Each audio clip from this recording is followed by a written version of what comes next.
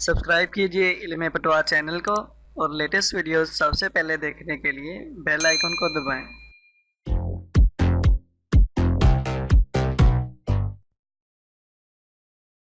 अस्सलामुअलैकुम, मेरा नाम अहमद है और मैं आपको इल्म पटवार की जानिब से खुशामदीद कहता हूँ।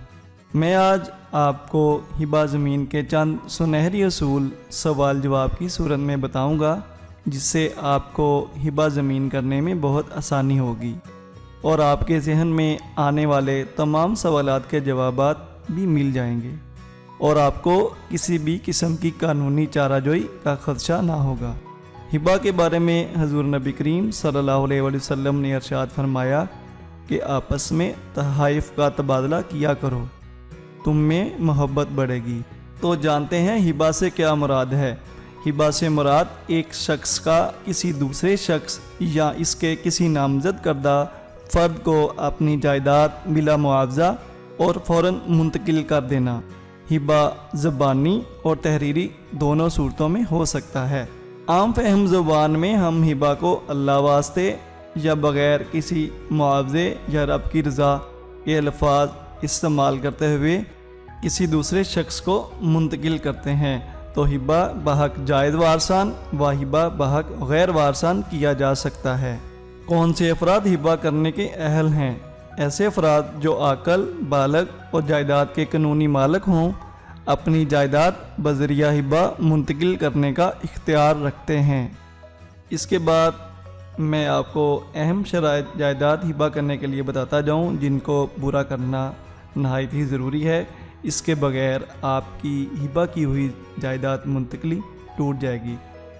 नंबर 1, हिबा करने वाले की तरफ से पेशकश, उसको हम वाहिब कहते हैं। नंबर 2, जिसके हक़ में हिबा किया गया हो उसका कबूल करना, उसको हम महूब अलैह कहते हैं। नंबर 3, जायदाद की मलकियत और कब्ज़े का मुंतकिल करना। अगर इन तीनों शर्तों में कोई एक शर्त पूरी नहीं होती तो आपकी हिबा की हुई जायदाद मुंतकली टूट जाएगी। जायदाद के कितने हिस्से तक हिबा किया जा सकता है?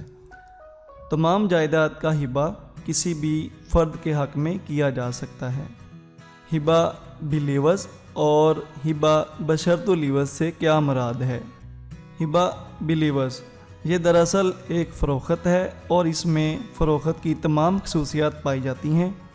इसमें मलकियत के इंतकाल की तकमील के लिए कब्ज़ा देने की ज़रूरत नहीं होती। इसके ज़रिए काबिल तकसीम जायदाद का गैर तकसीम शुदा हिस्सा भी मुंतकिल हो सकता है। हिबा बशर्तुल इवज़, हिबा बशर्तुल इवज़ से मुराद ये है ऐसा हिबा जो मुआवजे की शर्त के साथ किया जाए, हिबा बशर्तुल इवज़ कहलाता है। इस हिबा में कब्ज़ा की सुपुर्दगी लाजमी है और ये काबिल मनसूखी भी है, अलबत्ता जब हिबा कबूल करने वाला इवज़ अदा कर दे तो वो नाकाबिले तनसीख हो जाता है। जायदाद हिबा करने की सूरत में कब्ज़े का इंतकाल किस तरह किया जा सकता है, यानी कब्ज़ा किस तरह लिया जाता है? जायदाद हिबा करने की सूरत में कब्ज़े का इंतकाल दरज़ैल सूरतों में किया जा सकता है। नंबर 1, अगर जायदाद हिबा करने वाले के अपने कब्ज़ा में हो तो उसके लिए ज़रूरत है कि हिबा के बाद जायदाद का कब्ज़ा उस शख्स को मुंतकिल कर दे। नंबर 2, अगर ऐसी जायदाद किराएदारों के कब्ज़ा में हो तो किराएदारों को हिबा की इतला दे देना और जिसके हक़ में हिबा किया गया हो इसको किराया अदा करने की हिदायत कर देना ही काफ़ी है।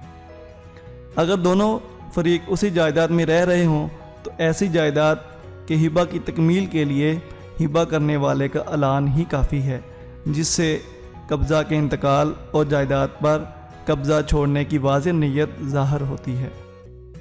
सबसे अहम सवाल, क्या नाबालिग के हक़ में जायदाद हिबा करने की सूरत में भी कब्ज़ा की तब्दीली ज़रूरी है?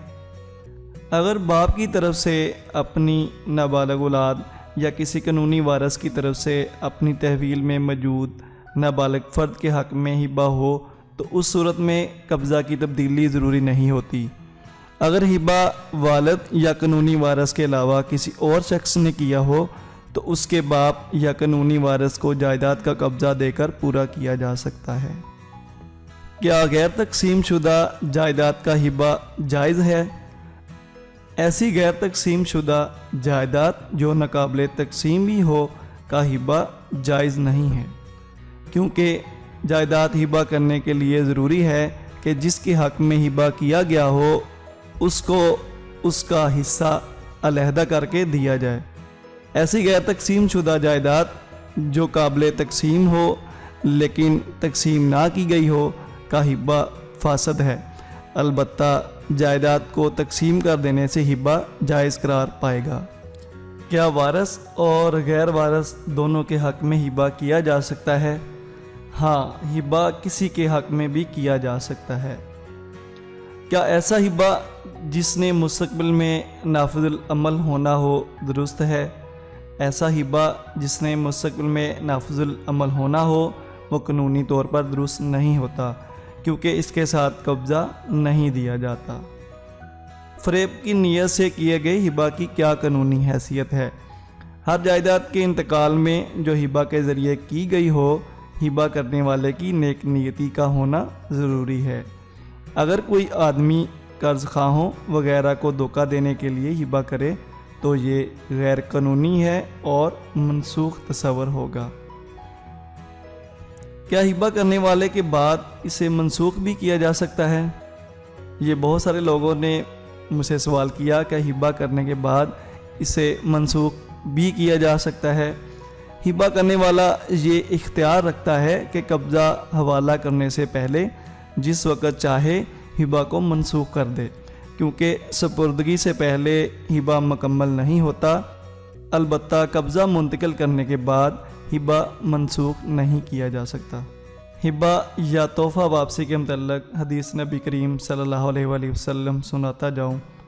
نبی کریم صلی اللہ علیہ وسلم نے ارشاد فرمایا، اپنا ہبہ واپس لینے والا اس کتے کی طرح ہے جو کہہ کر کے پھر چاٹ جاتا ہے۔